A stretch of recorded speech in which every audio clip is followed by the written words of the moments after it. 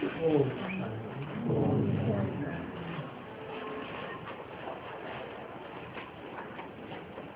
फरवरी 1968 रात्रि क्लास।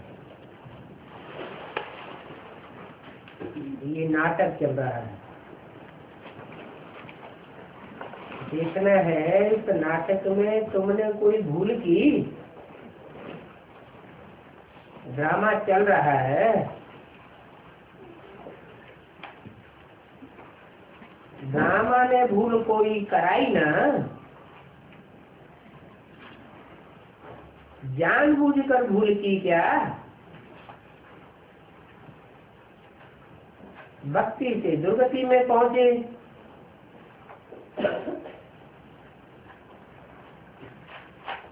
तो इसमें भक्ति का या भक्तों का कोई दोष थोड़ा ही है। भक्ति में तो अंधश्रद्धा ही होती है।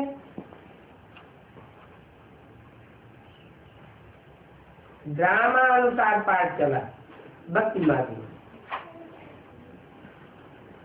बच्चे कहेंगे भूल हुई ड्रामा अनुसार, ड्रामा ने भूल कराई। तो वो भक्ति मार्ग में तुमने भूल नहीं की, ड्रामा ने कराई। ये ड्रामा में नूर। अभी फिर तुमको ड्रामा अभूल बनाता है।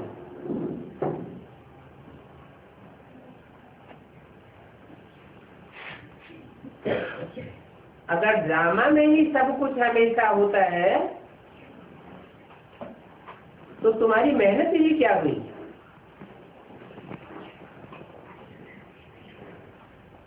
ड्रामा में नूट है ऐसा समझने से फिर दुख की बात नहीं होती।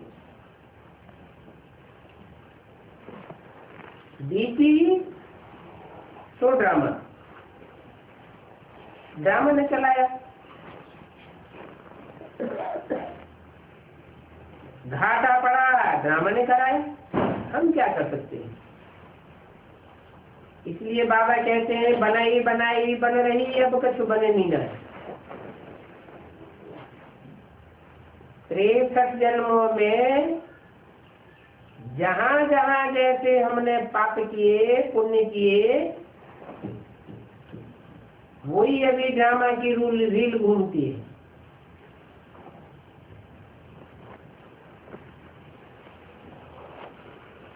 ऐसी कोई बात नहीं जो भी नूद हुई हो। जो कुछ भी नूद होता है वो ही होता है।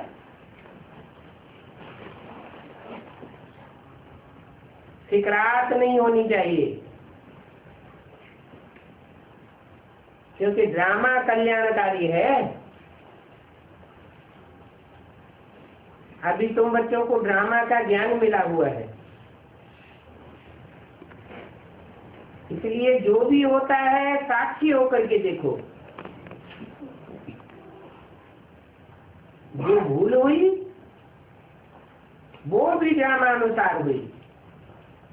हम चिंता क्यों करें? जो ड्रामा में था तो हुआ, तो चिंता की बात ही नहीं। सदैव संतुष्ट रहना चाहिए। मनुष्य तो ड्रामा को जानते नहीं है, परंतु अभी तो तुमको ज्ञान मिलेगा। कुछ भी हुआ चिंता नहीं, फायदा हुआ तो अच्छा हुआ, नुकसान हुआ ड्रामा में नूट था। सेकंड बाई सेकंड जो ड्रामा में है वो ही चलता रहता है। ड्रामा अनुसार हर एक अपना अपना पुरुषार्थ कर रहे हैं।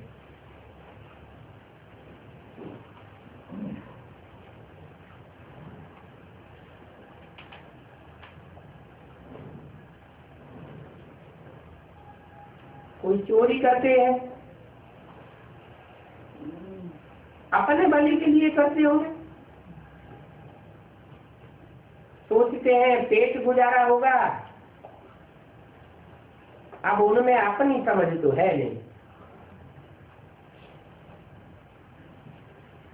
ये बातें सुख दुख मान अपमान की बातें होती हैं। भक्ति मार्ग में दुख धाम में ये बातें होती हैं। सतयुग में तो ये बातें होती नहीं है। जो होता है ड्रामानुसार। भूल घड़ी घड़ी करते रहेंगे तो खाता खराब हो जाएगा। बाबा कहेंगे तुम्हारी तकदीर नीचे गिर जाएगी। तुम स्टूडेंट हो, स्टूडेंट का फर्ज है स्टडी अच्छी करना। अच्छी स्टडी करेंगे तो मर्तबा मिलेगा। पढ़ाई में फायदा होता है। ऐसे भी बहुत हैं नहीं पढ़ते हैं तो कहा जाता है इनकी तकदीर।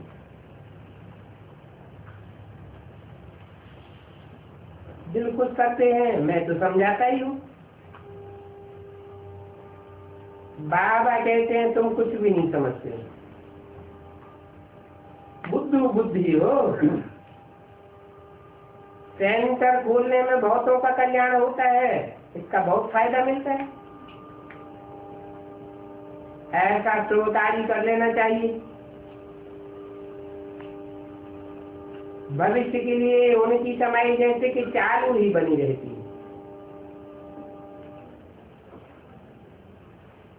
क्योंकि सेंटर स्थापन करने में मदद करते हैं तो फायदा बहुत मिलता है। सेंटर ही खोलना है या मकान आदि बनाना है, मतलब जो करता है मदद उनको जरूर मिलती है रिटर्न में। जो अच्छी चीज सर्विस करेंगे प्रजा भी बनानी पड़े। सेंटर खोलने का शौक जरूर चाहिए। व्यापारी लोग दुकान खोलते रहेंगे। बिरला के कितने कारखाने हैं, बहुतों को फायदा होता है। जिसने जिसने माल खरीदा उसको फायदा हुआ, बहुतों की आजीविका होती है। तो ये सब किया जाता है भविष्य के लिए। भविष्य हमारा बनता है ये तो जरूर जानते हो। तो जितना हो सके भविष्य में जमा करने के लिए कोशिश करनी चाहिए। यहाँ तो 21 जन्म के लिए जमा करना है। इसलिए बाबा कहते हैं अपनी चौपड़ी निकालो। कोई कोई व्यापारी रोज का भी हिसाब निकालते हैं। तुमको भी रोज जांच करनी है। तुम्हारी तो ढेर कमाई, देखना चाहिए हमारे से ऐसी तो कोई भूल नहीं होती है जिससे घाटा पड़ जाए। याद का पुरुषार्थ बहुत कर रहे हैं। बच्चे कहते हैं बाबा हम भूल जाते हैं। अनुभव किया जाता है, 2-3 मिनट याद ठहरती है फिर भूल जाते हैं, फिर याद करेंगे। दस्ती देकर कुछ खाया तो असर नहीं होगा। बाबा ने डायरेक्शन दिया है ना, बाप की याद में खाओ। गृहस्थ व्यवहार में तो अनेक प्रकार की दिक्कतें आती हैं, तो अपनी रिस्पॉन्सिबिलिटी पर डायरेक्शन देता हूँ। कहता हूँ कि खाने में हर्जा नहीं है अगर दस्ती दे करके खा लेंगे। हमारा कोई हठयोग तो नहीं है जो भूख मरे। अपन को कष्ट देने की दरकार नहीं है, इसलिए सब बातें सहज की जाती है। जब किसी का कल्याण करते हो तो ऐसे समझो हम भाई को समझाते हैं। ये टेव रखनी है कि क्रिमिनलाई नहीं हो जाए। क्रिमिनलाई चलेगी नहीं, शरीर को ही हम बुला देते हैं। ये बड़ी कोई पॉइंट है और बड़े कड़े पुरुषार्थ की पॉइंट है। ये वंडर है ना, जो बाबा तुमको इस वंडरफुल स्वर्ग का मालिक बनाते हैं। इसका तो नाम ही है स्वर्ग। नाम किस आधार पर पड़ता है? क्या काम किया? जो स्वर्ग नाम पड़ा, स्वयं स्थिति में गमन किया, तो उसका नाम पड़ा स्वर्ग। गॉड फादर तुमको पढ़ाते हैं, जो पढ़ाने वाला है कितना साधन, और कितना रोज रोज बच्चों को समझाते रहते हैं। बच्चों को कहते हैं नमस्ते, क्योंकि तुम मेरे से भी ऊंच जाते हो, और तुम ही फिर कंगाल बनते हो। बाप देखो कितनी रुचि से आते हैं, अनगिनत बार आए होंगे, और तुम अनगिनत बार मुझ राम से राज्य लेते हो, और कल फिर तुम रावण से राज्य हराते हो। तो ये भी एक खेल है, ड्रामाबाजी है। अच्छा, ओम शांति।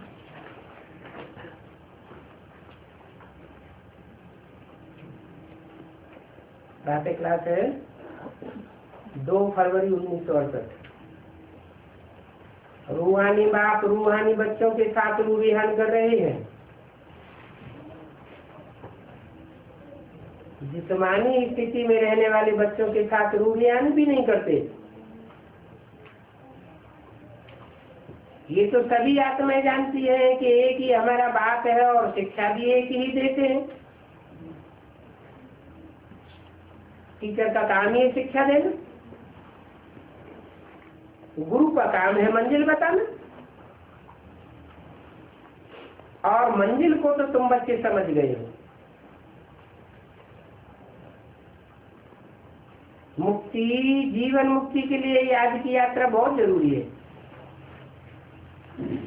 और रचना के आदि मध्य अंत को भी जानना जरूरी है। दोनों ही बातें कहेंगे। 84 जन्मों का चक्र भी फिरता रहता है, वो याद रहना चाहिए। अभी हमारा 84 का चक्र पूरा हुआ, अभी हमको वापस जाना है। परंतु आत्माएं मुक्ति, जीवन मुक्ति में जा नहीं सकती जब तक कि पावन न बने। तो ऐसे ऐसे अपने साथ विचार सागर मंथन करना है। जो पुरुषार्थ करेंगे वो ही पावेंगे, और ऐसा विचार सागर मंथन करने वाले खुशी में भी आवेंगे, फिर दूसरों को भी खुशी में ले आवेंगे। औरों पर भी कृपा तो करनी है ना, रास्ता बताने की। तुम बच्चे जानते हो ये पुरुषोत्तम संगम युग है।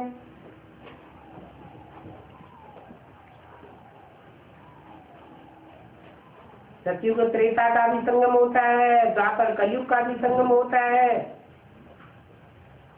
त्रेता द्वापर का भी संगम होता है। वहां तो कोई पुरुषोत्तम बनते नहीं है, और यहाँ तो तुम पुरुषोत्तम बनते हो। ऐसे पुरुषों में उत्तम बनते हो जो तुम्हारी यादगार माला के संगठन के रूप में हर धर्म में फेरी जाती है।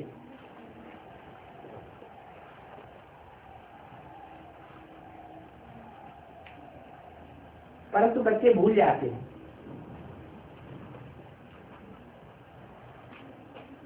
ये भी कोई को याद रहता है, कोई तो याद नहीं रहता, भूल जाते हैं। अगर यह भी याद रहे कि हम पुरुषोत्तम संगम युग में हैं,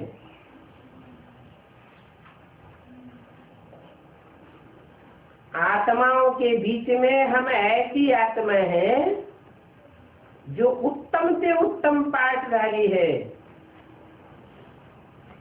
तो भी खुशी का पारा चढ़ रहे। बाबा टीचर के रूप में, सदगुरु के रूप में याद रहे तो भी खुशी का पारा चढ़े, परंतु चलते चलते बीच में रोला पड़ जाता है। किसको थोड़ा रोला पड़ता है, किसी को बहुत पड़ता है, पड़ता तो जरूर है। पहाड़ों पर चढ़ाई चढ़ते हैं तो डोरी के सहारे चढ़ाई चढ़ते हैं। यहाँ कौन सी डोरी है? किस्मती की डोरी है। कोई तूफान आता है तो ऊपर नीचे होना पड़ता है, या चोटी पर चढ़ते ही जाएंगे। तूफान आया और चोटी पर चढ़ रहे हैं, अगर शेल्टर नहीं लेंगे तो हालत खराब हो जाएगी।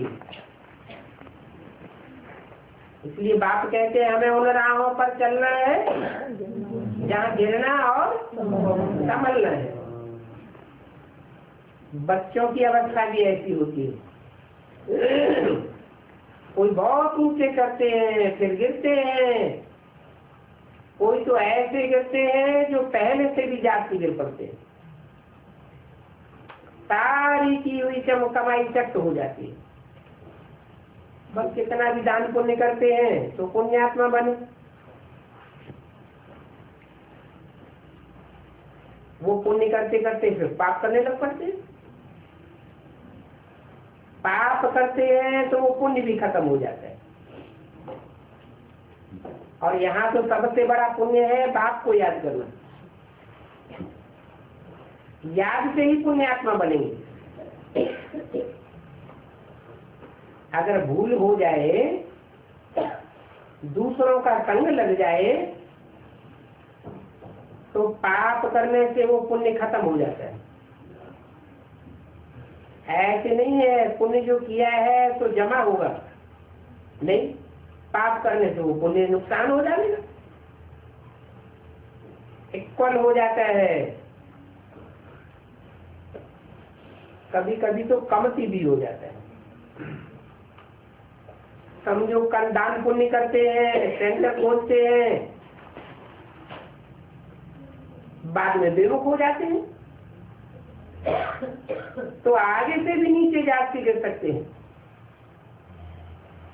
फिर वो खाता जमा नहीं रहेगा, घाटा हो जाएगा। पाप का काम करने से घाटा होता जाएगा। बहुत पाप खाते चढ़ जाते हैं, मुरारी संभाली जाती है ना। बाप कहेंगे तुम्हारा खाता पुण्य का था, फिर पाप करने से 100 गुना हो जाता है, तो बाकी क्या रहा?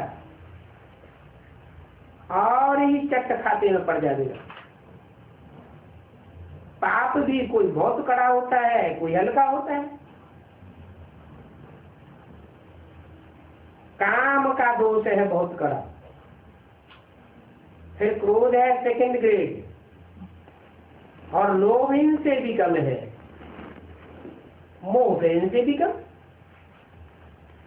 सबसे जास्ती काम के वशीभूत होने से जो जमा होता है वो ना हो जाता है, फायदे के बदले और नुकसान हुआ। कहते हैं सदगुरु का निंदक ठौर न पाए, बाप का बनते हैं फिर बन करके छोड़ देते। कोई तो कारण हुआ ना, अक्सर करके काम की चोट लगती है। ये बहुत कड़ा दुश्मन है, और इस दुश्मन की एक जी बनाते हैं।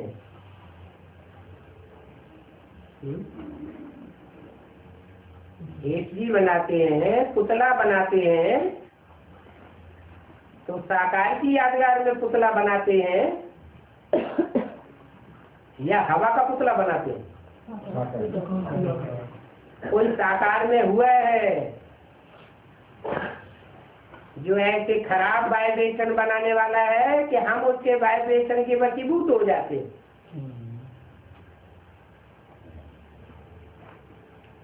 क्रोध वालों का एक भी नहीं बना देंगे।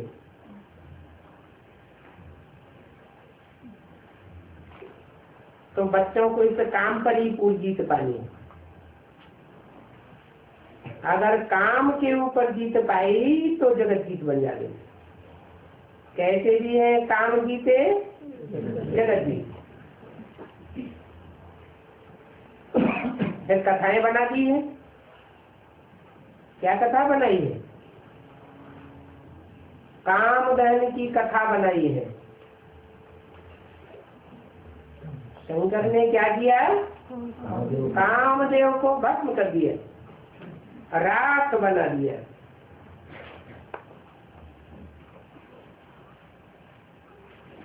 तो शंकर के लिए कहा जाता है जगत जीत, विश्वनाथ।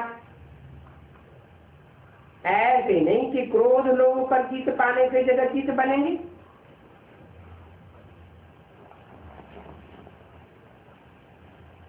मुखिया को जीत लिया तो जगत जीत बन जाएगी। तो मुख्य बात काम की है। बुलाते भी है हम जो रावण राज्य में पतित बने हैं, अब हमको आकर के पावन बनाओ। जिसका राज्य होता है तो यथा राजा तथा प्रजा बन जाती है। राजा में बहुत ताकत होती है। जरूर वाइब्रेशन की भी ताकत रही होगी तो उसके प्रभाव में आते रहे। प्रभाव में कब आते हो? पतित बनते हो तब प्रभाव में आते हो, या पावन थे तब प्रभाव में आए? मनुष्यों को इन काम विकार से कितनी प्रीति होती है। बाप कहते हैं तुमने काला मुंह किया तो कुल कलंक लगाया। क्रोध लोभ के लिए ऐसे कड़े अक्षर कब नहीं निकलेंगे। सारा मदार हार जीत का काम के ऊपर है। और काम विकार की मार से पिटे हुए ही ऐसे पतित बाप को बुलाते हैं। विकार में जाने वालों को पतित कहा जाता है। क्रोधी को पतित नहीं कहेंगे। क्रोध करने से कोई शक्ति क्षीण होती है क्या? और ये चेहरा आंखें आग बबूला हो जाती है।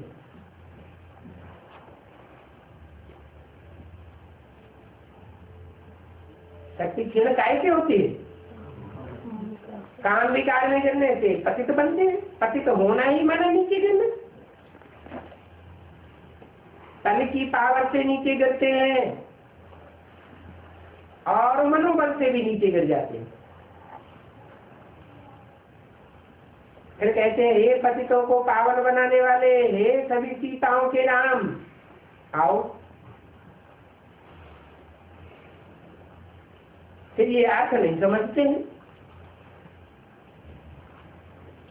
सीताएं कौन है और राम कौन है? राम है एक और सीताएं हैं अनेक। सीताएं सब रावण की जेल में आ जाती हैं, रावण के चंबे में आ जाती हैं। है कहाँ की बात? कैसे? राम चंबे में नहीं आता, सीताएं सब रावण के चंबे में आ जाती है। क्यों है? सीताएं क्यों प्रभावित हो जाती है? उनका नाम ही क्या है? सीता माने क्या? शीतल।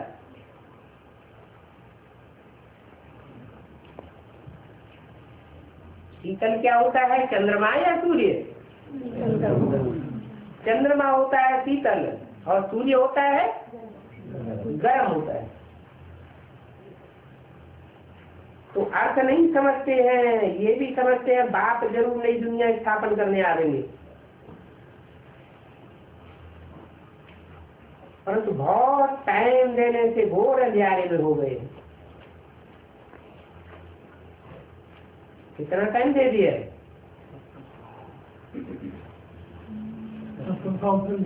सतयुग त्रेता द्वापर कलयुग 4 युगों को लाखों वर्ष दे दिए हैं, तो अंधियारे में आ गए। ज्ञान और अज्ञान है ना। अज्ञान को कहा जाता है भक्ति,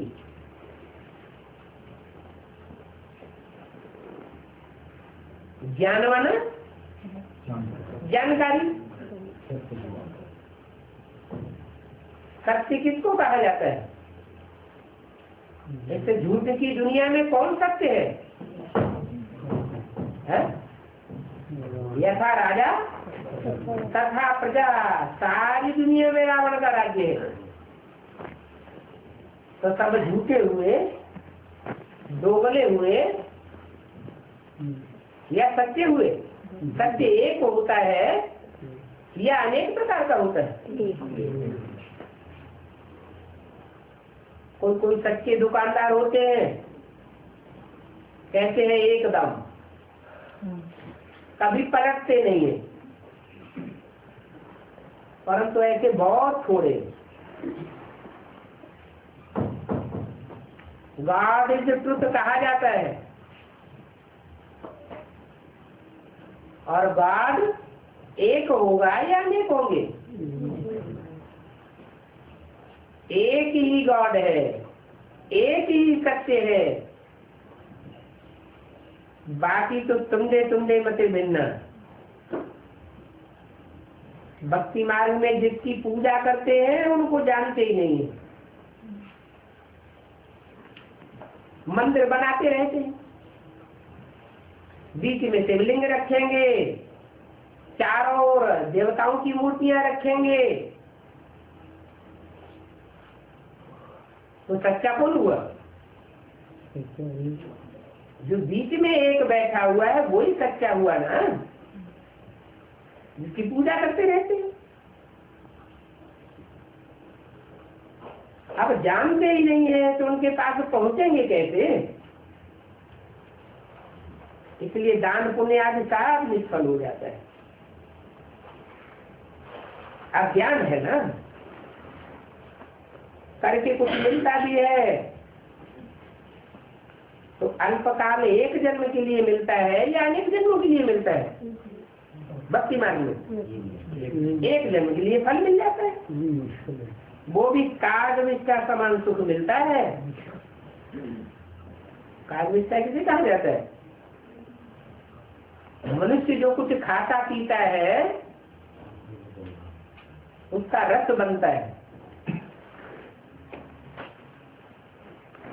खून बनता है, और जो कचरा होता है उसे विष्टा कहा जाता है। मनुष्य की विष्टा। और कौवा क्या खाता है? वो ही विष्टा खाता है, फिर कौए की विष्टा। तो जो भी सुख है वो सारा सुख निचोड़ लिया जाता है, और वो निचोड़ा हुआ सुख आखिरी जन्म में प्राप्त होता है। उसे कहते हैं कागविष्टा समान सुख। बाकी तो दुख ही दुख है। अभी बाप कहते हैं माम एकम याद करो, तो तुम्हारे सब दुख दूर हो जाएंगे। और कोई दूजम को अगर याद किया तो दुख जरूर बढ़ेगा, घटेगा नहीं। अब देखना है हम कितना याद करते हैं, विचारी याद करते हैं या विचारी याद करते हैं, ये देखना है।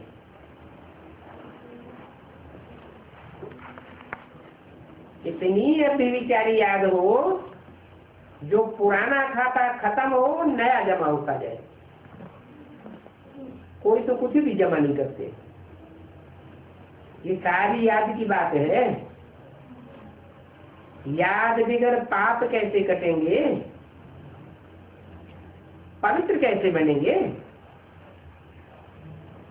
पवित्र बनने के लिए किसको याद करना पड़े?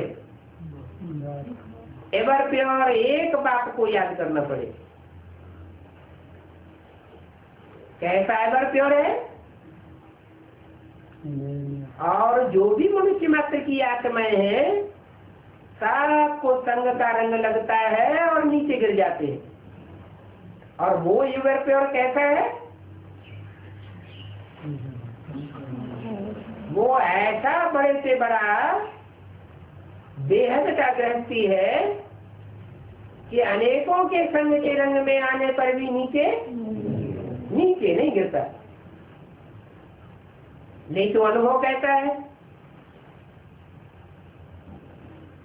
चलते चलते एक बार अगर काम विकार की मार में नीचे गिरे तो ज्ञान बुद्धि से सारा उड़ जाता है। बाप की तो यादगार ही देखो कैसी दिखाई जाती है। ऐसे एवर प्योर की याद किए बगैर पाप कैसे कटेंगे, कैसे पवित्र बनेंगे? ऐसे भी नहीं। इस जन्म में याद करते हैं तो पाप भस्म हो जाएंगे? नहीं, पाप इस एक जन्म के नहीं है, 63 जन्मों के जन्म जन्मांतर के पाप हैं। पाप तो बहुत है ना। इस जन्म के जो पाप हैं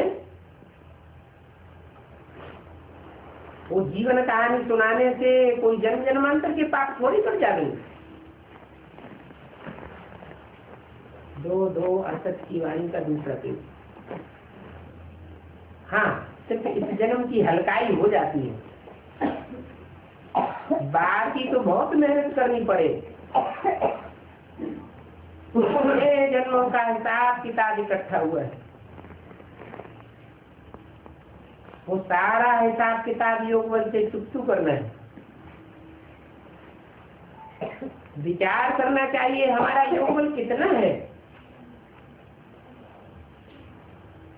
कितने जन्मों का पापों का हिसाब किताब हम इसे एक जन्म में चुकतू कर सकेंगे। अगर नहीं चुकतू कर सकेंगे तो धर्मराज की सजाएं खानी पड़ेंगी। फिर जितनी सजाएं खा के जाएंगे उतना पद नीचा होता जाएगा। सोचना चाहिए हमारा जन्म सतयुग आज में हो सकेगा। एकदम सतयुग के आज में कौन सी आत्माओं का जन्म होगा? कितनी आत्माओं का जन्म होगा? 9 का जन्म होगा। 9 लाख में प्रजा नहीं होगी। प्रजा तो पुरुषार्थ भी नहीं करती पाप कर्म भस्म करने का। योग वाला का ज्ञान सीखती भी नहीं, संदेश लेके चले जाते। लास्ट में जब आवाज निकलेगा, टू लेट का बोर्ड लग जाएगा, तब चल पड़ेंगे। तो एकदम सतयुग के आज में कौन आवेंगे?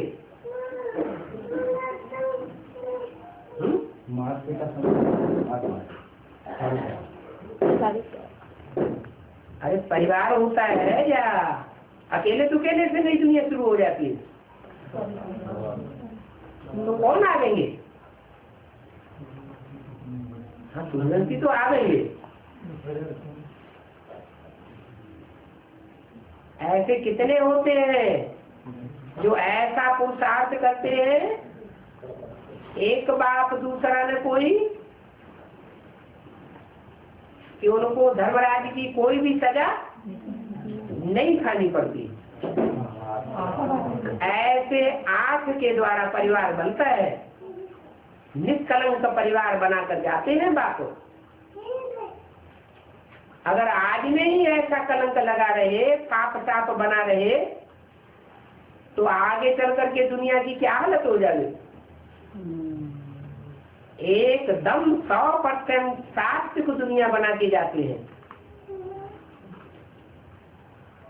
तो सोचना चाहिए हमारा जन्म सचिव आदि में हो सकेगा।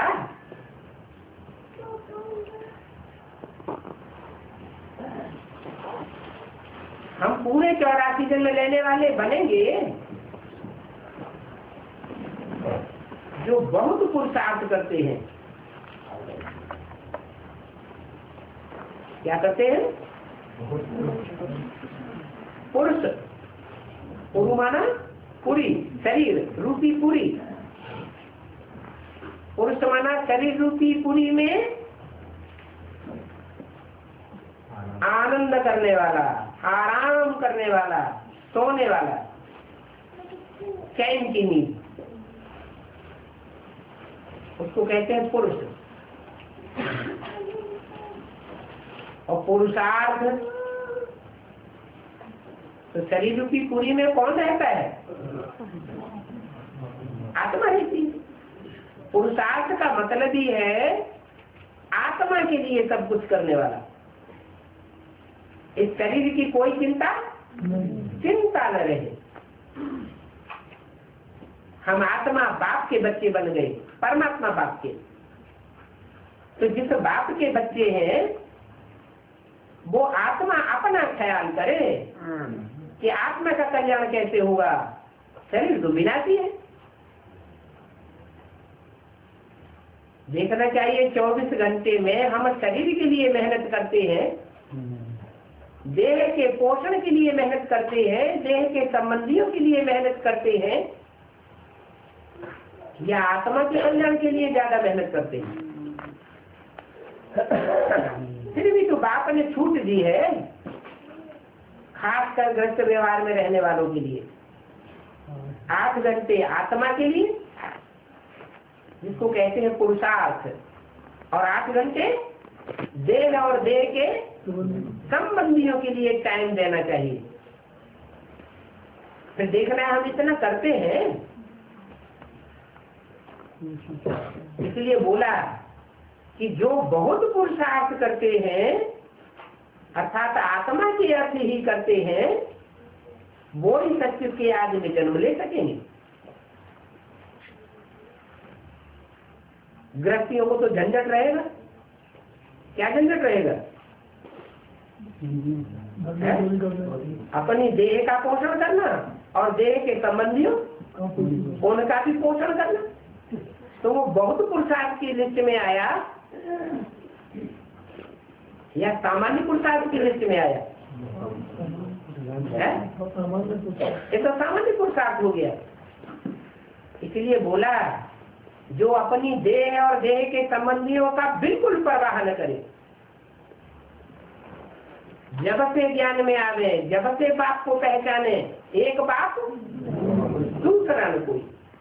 ऐसे जो बहुत पुरुषार्थ करने वाले होते हैं वो ही सत्य के आदि में जन्म ले सकेंगे।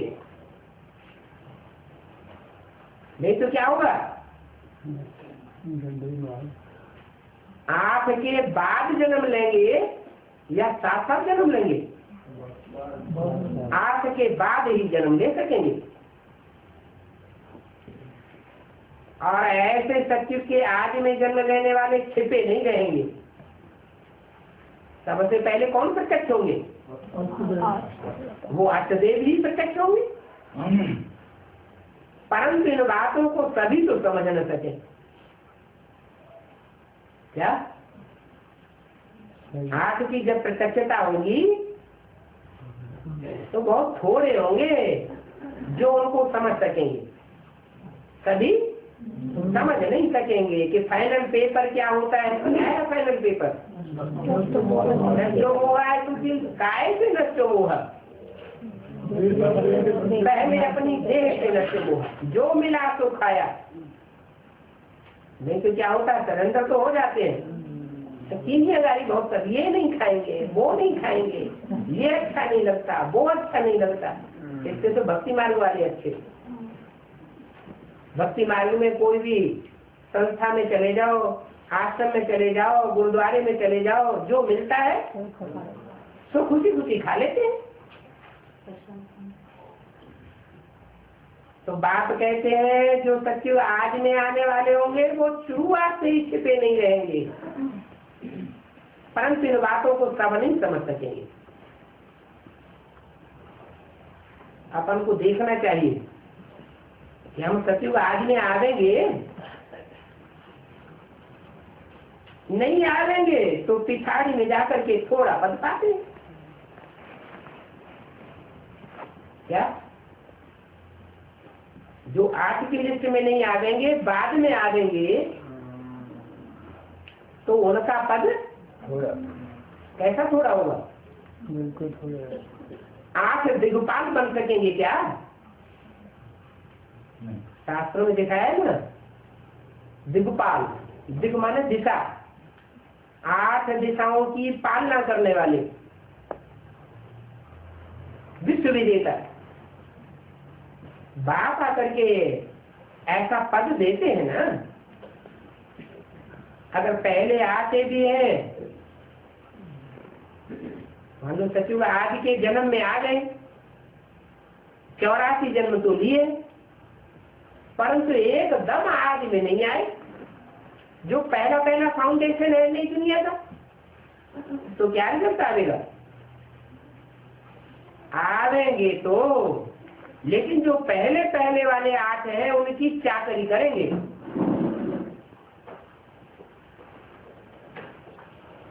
चाकरी करेंगे या उनको कंट्रोल में रखेंगे, या वो हमको कंट्रोल में करेंगे?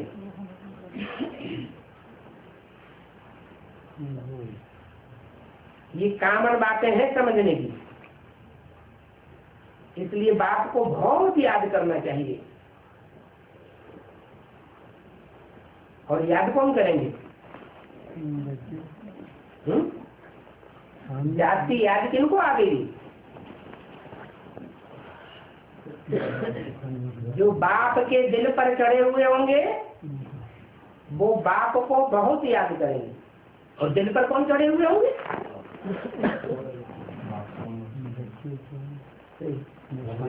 दिल पर वही चढ़े हुए होंगे जो बाप की सेवा में तत्पर ही रहेंगे। से उन बच्चे बाप को बहुत याद आते हैं। तो जिन बच्चों को बाप याद करता है, बाप तो सर्वशक्तिवान है, उन बच्चों को याद की ताकत जाती मिलती है, पावर बढ़ जाती है।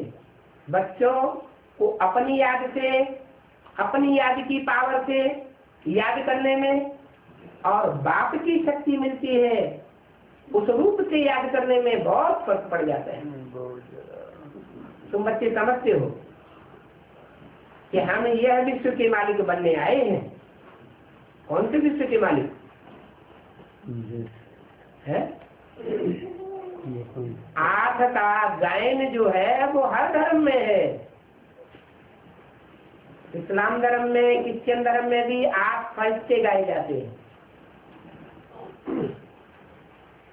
कुरान में भी लिखा हुआ है, खुदा का तख्त किसने उठाया? 8 फरिश्तों ने उठाया। वो बदन वाला तख्त है। सिख लोग उसको क्या नाम देते हैं? अकाल तख्त, जिसको कोई काल खा ले। तो जो याद करेंगे उनको खुशी जरूर होगी, और खुशी ही संगम युग का खजाना है। जितना याद किया कर में राजा बनना है तो प्रजा भी इतनी बनानी पड़े। क्या राजा कितने होंगे? संख्या कितनी है राजाओं की? जो ईश्वर बाप से राजा ही लेते हैं, राजाई का वर्षा प्राप्त करते हैं। संख्या 108। तो क्या करना पड़ेगा उनको? राजा बनने वालों को फिर उतनी प्रजा भी बनानी पड़े, माने इतनों को संदेश भी देना पड़े। एक राजा को कितनी प्रजा होती है कम से कम?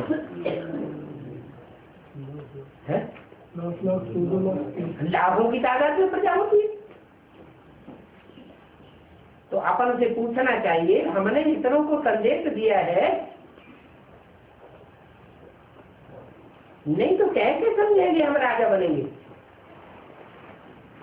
संदेश ही नहीं देंगे, प्रजा ही नहीं बनाएंगे। संदेश देकर के फिर उनको पुरुषार्थ करने लायक बनाना, आत्मसमान बनाना, वो तो अलग बात। लेकिन पहले पहले तो क्या करना पड़े? संदेश देना पड़े, प्रजा बनानी पड़े। जो सेंटर खोलते हैं और सर्विस भी करते हैं, उनकी तो कमाई होती है ना। सेवा भी करते हैं, प्रजा भी निकालते हैं, संदेश भी देते हैं, और फिर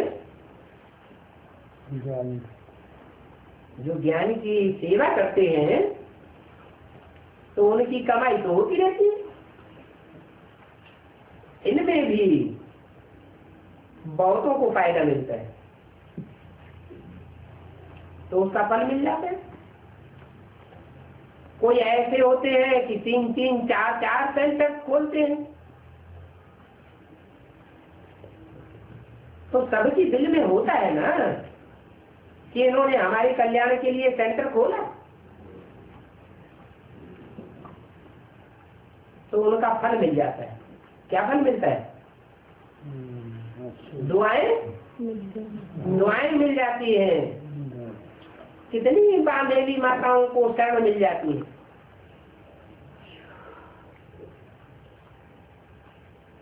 बाबा को लिस्ट निकाल करके दो कि कितने कितने डायरेक्ट सेंटर खोला है।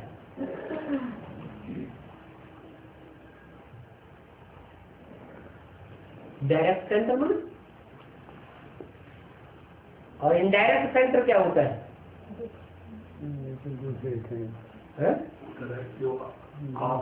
डायरेक्ट मंदिर में मुख्य मूर्ति किसकी होगी? देवताओं की होगी, या सारे ड्रामा का जो डायरेक्टर है उसकी मूर्ति होगी?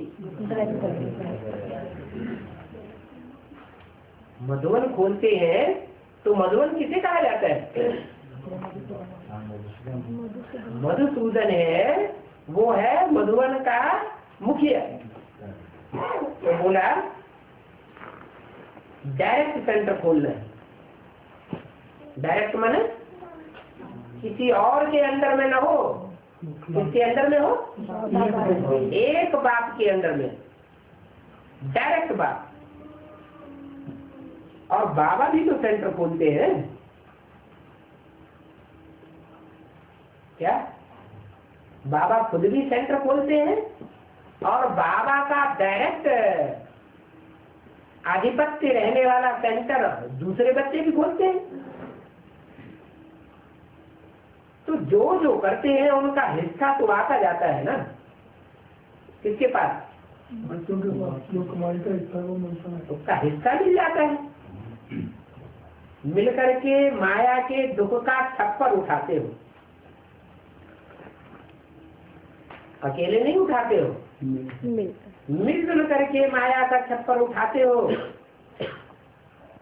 तो उस छप्पर उठाने में सब अपना अपना चूल्हा देते हैं। अभी तो 3 चल पड़ी है। पहले क्या करते थे? घास फूस का बड़ा छप्पर बनाते थे और डालते थे। अकेले उठाते थे क्या?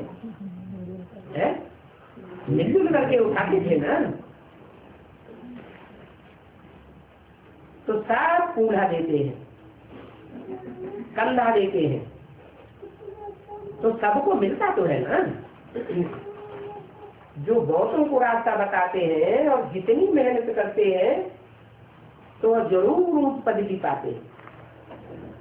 और जो ऊंच पद पाने वाले होंगे उसकी निशानी क्या होगी? वो निशानी भी देखने में आएगी। है? हम उसको बुलाएंगे तो तुम्हारा वो ज्ञान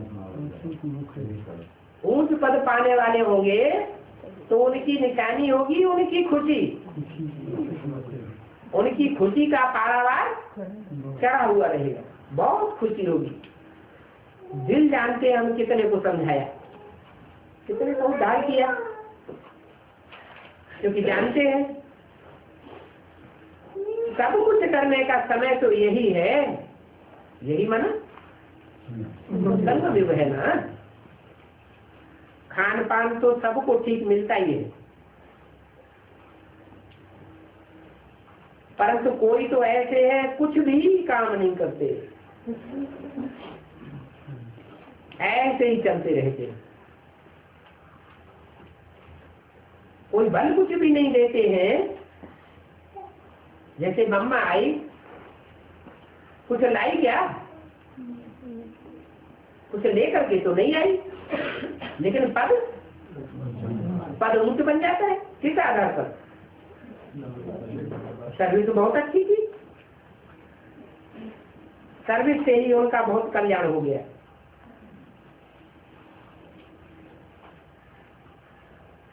तो ऐसों की डबल सर्विस चाहिए। क्या सर्विस भी डबल चाहिए? योग की भी सर्विस है ना,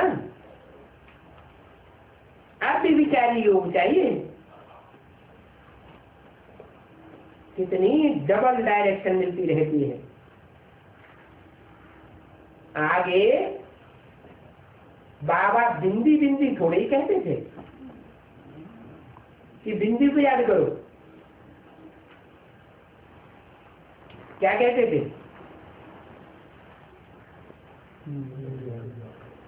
शुरुआत में बिंदी का ज्ञान था है? नहीं नहीं, ये ज्ञान किसने निकाला? जो याद वाला होगा उसकी बुद्धि तीखी बनेगी। तो मम्मा ने ये ज्ञान निकाला, क्या कि हम आत्माएं ज्योति बिंदु, तो आत्माओं का बाप भी ज्योति बिंदु। पहले तो लिंगाकार स्वरूप को याद करते थे शुरुआत में, क्या लाइट की ज्योति याद करते थे, शिवलिंग याद करते थे, लाइट का आकार। बाद में मम्मा ने बताया कि हम तो ज्योति बिंदु आत्मा है, बिंदु बिंदु आत्माओं का बाप इतना बड़ा लिंगाकार नहीं है, ज्योति का लिंग नहीं है, क्या है वो भी ज्योति बिंदु है।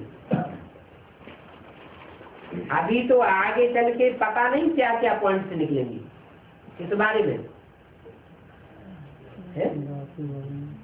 बाप की याद के बारे में, बाप के स्वरूप के बारे में आगे चल के पता नहीं क्या क्या पॉइंट निकले। कुछ पॉइंट बदले कि नहीं बदले? पहले लिंग रूप को याद करते थे, बाद में बिंदु को याद करते गए, फिर बाद में साकार ब्रह्मा ने निराकार को याद किया, फिर बाद में कुछ और निकला क्या? फिर बुद्धि में आया ये तो डायरेक्ट स्वरूप नहीं है, ब्रह्मा में ज्योति बिंदु शिव निराकार को याद करना, ये भी इनडायरेक्ट है। तो क्या बात निकलती है? साकार में उस साकार में निराकार को याद करना, जो बाप का भी प्रैक्टिकल पार्ट बजाता है। बाप के रूप में आत्मा रूपी बच्चों को जन्म देता है। आत्माएं समझती हैं कि हम आत्मा का ये पार्ट है सच्ची रूपी रंगमंच पर, मुख्य पार्ट ये है और अनेक जन्मों का पार्ट ये है। हर आत्मा समझेगी। बाप के रूप में जन्म देता है। जन्म देने का मतलब क्या हुआ? सिर्फ इतना जानना है कि मैं आत्मा ज्योति बिंदु हूँ, वो तो सभी आत्मा ज्योति बिंदु है। लेकिन जन्म का अर्थ क्या है? कि मैं बाप का कौन से नंबर का बच्चा हूँ? अव्वल नंबर का, द्वितीय नंबर का, 108वां नंबर का, किस नंबर का बच्चा हूँ? राजयोग तो सीखने वाला हूँ बाप टीचर सदगुरु से, लेकिन इस राजयोग के स्कूल में मेरा नंबर कहाँ पर है?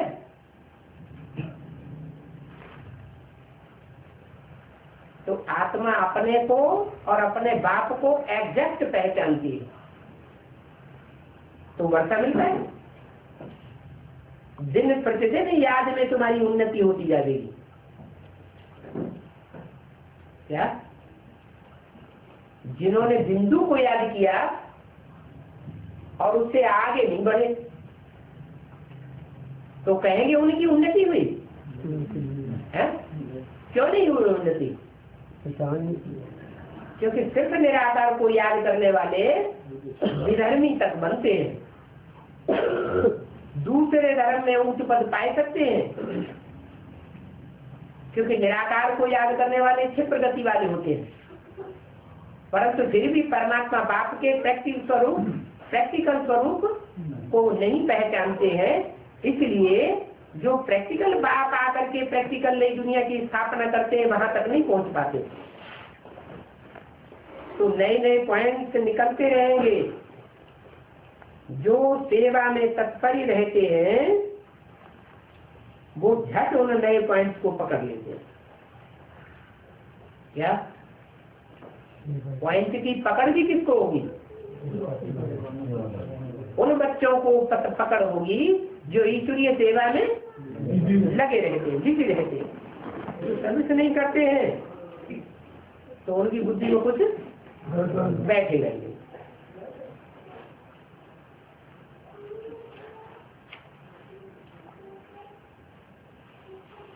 बिंदी कैसे समझूं? ऐसे बोलते रहेंगे। हालांकि बिंदु को याद करना ये भी परमात्मा बाप का एग्जैक्ट रूप नहीं है, फिर वो वहीं अटक जाएंगे। सेवा नहीं करेंगे तो बिंदी कैसे समझूं? इस बात नहीं अटक जाएंगे। बिंदी बिंदी करते करते उनके प्राण निकल जा रहे हैं, उससे आगे पहुंच नहीं सकेंगे। तुम कोई से भी पूछो आत्मा कितनी बड़ी है, आत्मा का नाम, आत्मा का रूप, देश, काल बताओ, कब नहीं बता सकेंगे। मनुष्य परमात्मा का नाम रूप पूछते हैं या नहीं पूछते हैं? नाम किस आधार पर पढ़ते हैं परमात्मा के? काम किया होगा। काम बिंदी खुदक खुदक के करेगी या कोई शरीर के द्वारा करेगी? कोई शरीर के द्वारा इतने काम किए होंगे तो इतने नाम पड़े हैं। उनका रूप बताओ। ऐसे परमात्मा का रूप बिंदु। गर्भ में बच्चा जन्म लेता है, उसका भी अपना रूप बनता है। जो रूप बनता है वो कर्म के आधार पर बनता है कि ऐसे ही बन जाता है? कर्म के आधार पर रूप बनता है। वो परमात्मा बाप जो संसार में परमपिता परमात्मा बनकर के प्रत्यक्ष होता है, उसका रूप तो कैसा होगा? है साकार रूप तो होगा, लेकिन कितना आकर्षण वाला होगा। भक्ति मार्ग में तो नाम दे दिया है कृष्ण।